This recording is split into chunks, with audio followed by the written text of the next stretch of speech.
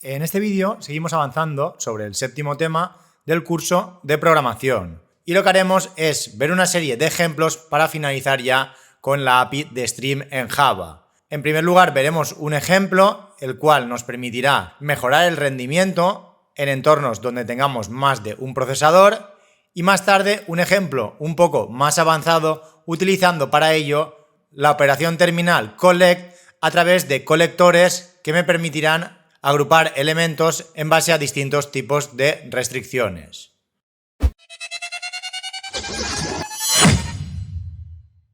Y bien, aquí tenemos el primer ejemplo, el cual utiliza la API de Stream para procesar las operaciones en paralelo.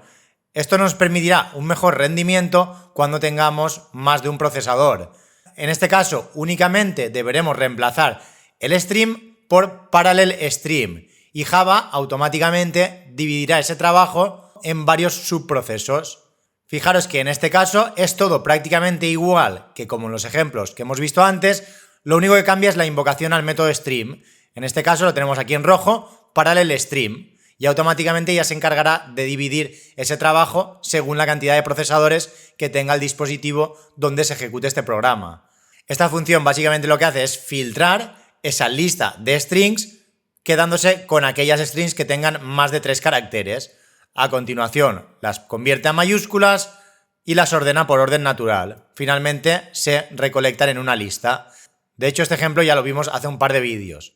Pues bien, ahora en la siguiente diapositiva tenemos un ejemplo para que podamos medir la cantidad de tiempo que tarda en ejecutarse este stream, tanto en paralelo como de modo normal. Aquí lo que he hecho es reutilizar el método generarArray que creamos en la unidad 4, el cual me permitía generar arrays de enteros de un tamaño que le indiquemos. Aquí creamos un array de enteros de 10 millones de elementos. A continuación, ese array de enteros lo convertimos a lista de enteros, la cual se llamará lista desordenada, y luego a través de la clase instant y la clase duration de la API de Java, de la cual también vimos unos ejemplos hace unos vídeos, lo que hacemos es medir el instante antes de ordenar y justo después de haber ordenado, utilizando en este caso el parallel stream. Entonces shorted los ordenará de menor a mayor y luego los convertiremos a array. Ese array directamente ni lo almacenamos porque no me interesa ver ese array ordenado, lo único que quiero es quedarme con el tiempo que ha tardado. Entonces, a partir de esos dos instantes, haremos un println donde mostraremos duración 2 puntos y concatenado con el método between de la clase duration, pasándole esos 2 instantes y el resultado lo pasamos a milisegundos. Con ello obtendremos la cantidad de milisegundos que ha tardado en ordenar una lista formada por 10 millones de enteros. Entonces lo que haremos para ver la diferencia es ejecutarlo tal y como está en la diapositiva y luego exactamente igual pero utilizando stream, no parallel stream. Para ello vamos a ir al editor y vamos a ejecutarlo en primer lugar con parallel stream. En este caso ha tardado 938 milisegundos, es decir, prácticamente un segundo. Sin embargo, si ahora ponemos aquí stream, y aunque la lista no tenga exactamente los mismos datos, simplemente es para que veáis que la diferencia es bastante significativa. Si lo volvemos a ejecutar, pues podemos comprobar que ha tardado 5,7 segundos. Si lo ejecutamos de nuevo, prácticamente lo mismo, 5,69 segundos. Si lo volvemos a ejecutar, como podéis comprobar, tarda más o menos lo mismo, casi 6 segundos. Sin embargo, si lo dejamos como estaba antes, en la mayoría de casos tarda aproximadamente un segundo. Aquí ha tardado 1040 milisegundos, 1020 milisegundos. Como podéis comprobar, la diferencia es bastante notable. Pasa de tardar un segundo a tardar 6 segundos. Si lo hiciéramos con un array mucho más grande, por ejemplo, 100 millones de elementos, y lo ejecutamos, ha tardado 7 segundos, pero si lo hacemos con stream, pues ahora ha tardado 77,6 segundos. Como podéis ver, pues la diferencia es bastante significativa. Y este método generarArray, si recordáis, lo que hacía era crear un array de enteros de ese tamaño y aparte el valor que podían tener era desde 0 hasta la cantidad de elementos menos 1. Es decir, si yo creo un array de 100 elementos, el valor que podrá tener cada uno de esos elementos irá desde 0 hasta 99. Si el array es de 1 millón de elementos, pues el valor de cada uno de esos elementos será un aleatorio entre 0 y 999.999. De esto se encargaba pues el random nextInt pasándole la cantidad de elementos. Y bien, pasemos ahora a ver el otro ejemplo. Para ello iremos a la siguiente diapositiva, donde tenemos la cabecera de la función collect que hemos utilizado ya en varios vídeos. Esta función es muy potente ya que nos permite realizar una reducción mutable.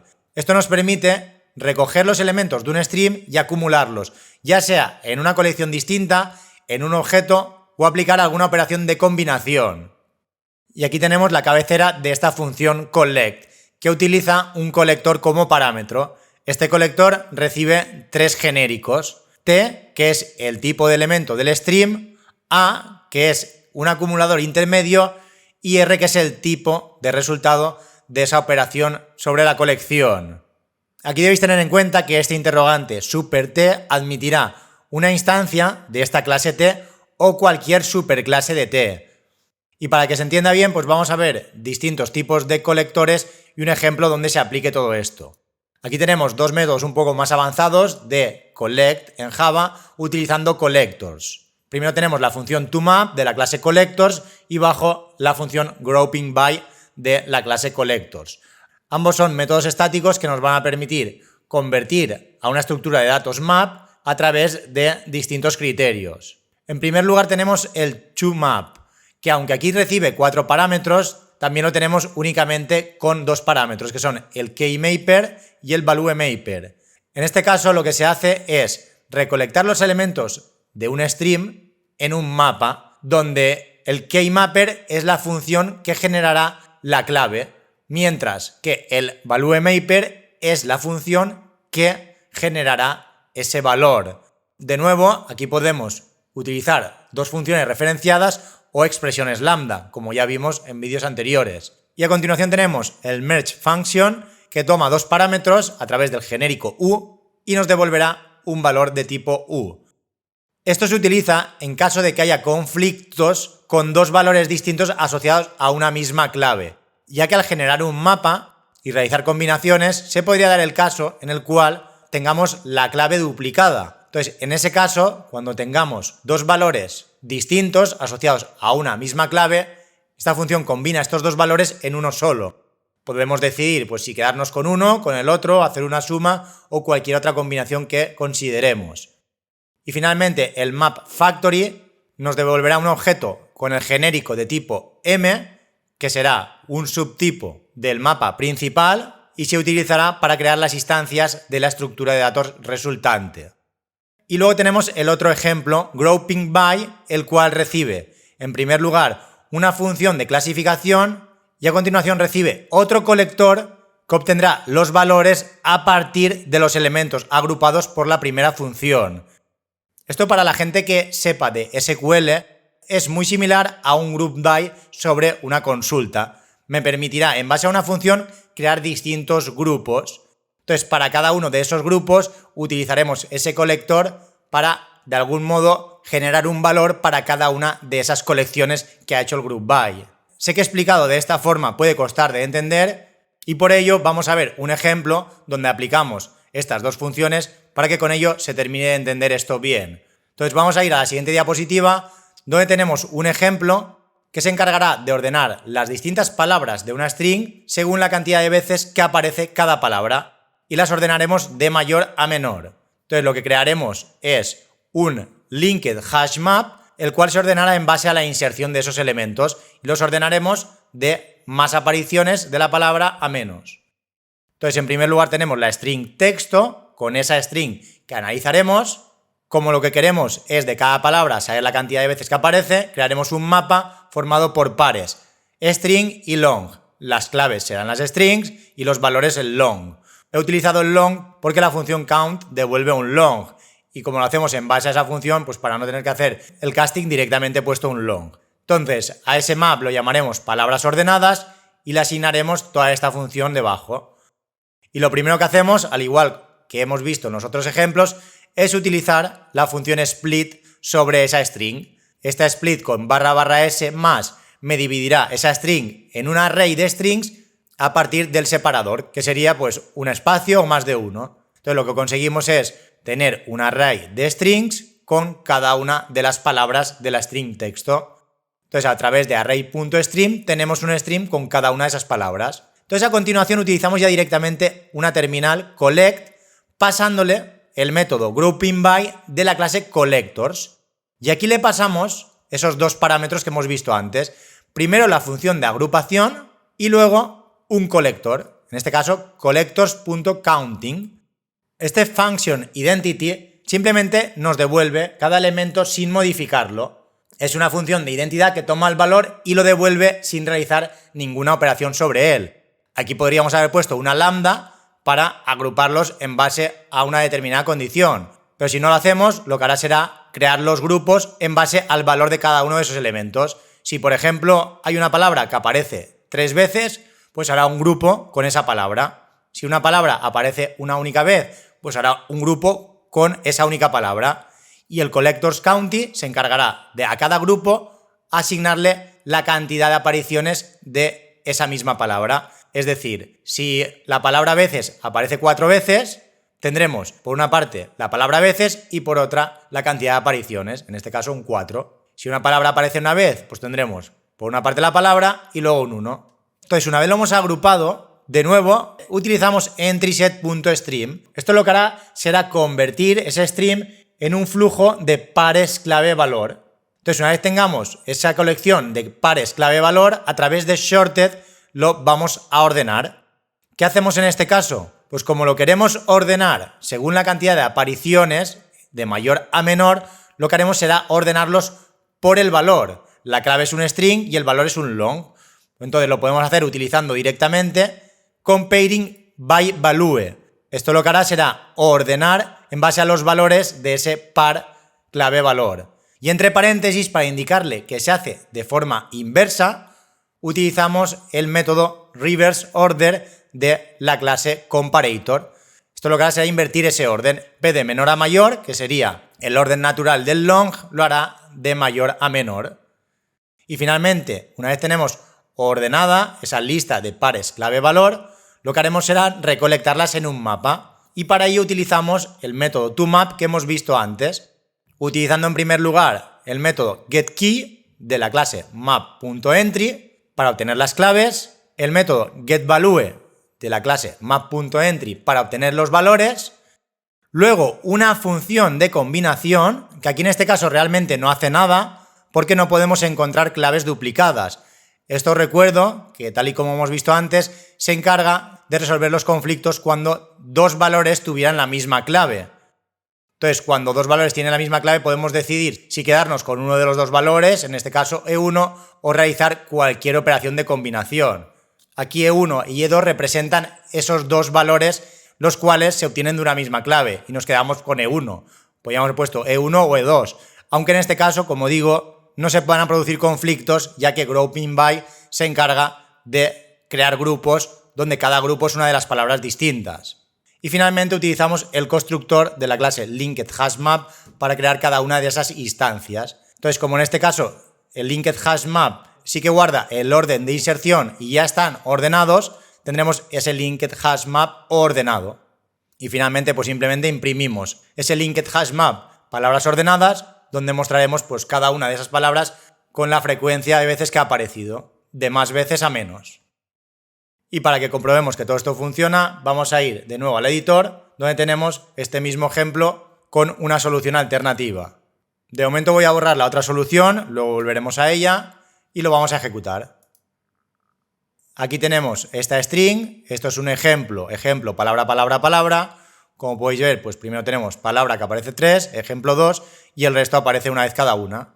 Si por ejemplo aquí hubiéramos puesto E2 y lo ejecutamos, continúa funcionando igual, ya que en ningún caso se produce ese conflicto.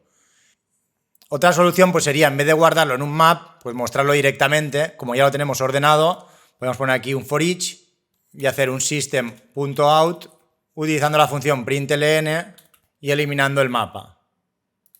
Si ahora lo comentamos y lo ejecutamos, como podéis comprobar, pues me aparece directamente ordenado según la cantidad de veces que aparece cada palabra. Si quitara este comparator de aquí y lo ejecutara, pues lo haría por orden natural.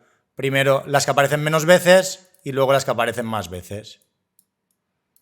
Sería un ejemplo más sencillo que el que tenemos en la diapositiva, pero bueno, lo que me interesara es que veáis la potencia que tiene ese método toMap de la clase collectors. Lo voy a dejar como estaba, y otro cambio que podríamos hacer es cambiar esta función de identidad por una expresión lambda, ya que en este caso creará grupos distintos si alguna de las letras es distinta, ya que si por ejemplo una de las palabras palabra tuviera una P en mayúscula, al ejecutarlo tendríamos un grupo con esa palabra con la P en mayúscula y otro grupo con palabra con la primera P en minúscula.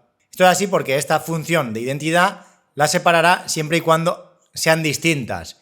De hecho, si pusiera por ejemplo otra P en mayúscula en la palabra palabra y en ejemplo una de las dos tuviera la E en mayúscula y lo ejecutara, ahora palabra con la P en mayúscula tiene dos apariciones y ejemplo tiene un grupo con la E en mayúscula y otro con la E en minúscula. Entonces esto lo podríamos resolver al igual que vimos en otro ejemplo hace unos vídeos, utilizando una expresión lambda, por ejemplo, indicándole que cada elemento representado por la variable palabra se transforme, por ejemplo, a mayúsculas o a minúsculas. Entonces, al hacer un to lowercase, todas las palabras estarán en minúsculas y ya no tendremos ese conflicto. Si lo volvemos a ejecutar, como todo lo pasa en minúscula, tendremos un grupo de palabra el cual tiene tres apariciones, aunque dos de ellas tengan la P en mayúscula y la otra no. Y con ejemplo sucede lo mismo. Creará un único grupo donde la palabra ejemplo estará en minúscula y aparecerá dos veces.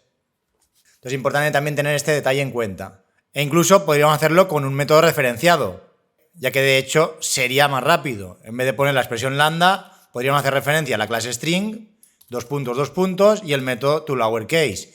Y funcionaría exactamente igual. Si lo volvemos a ejecutar, podemos comprobar que el resultado es el mismo.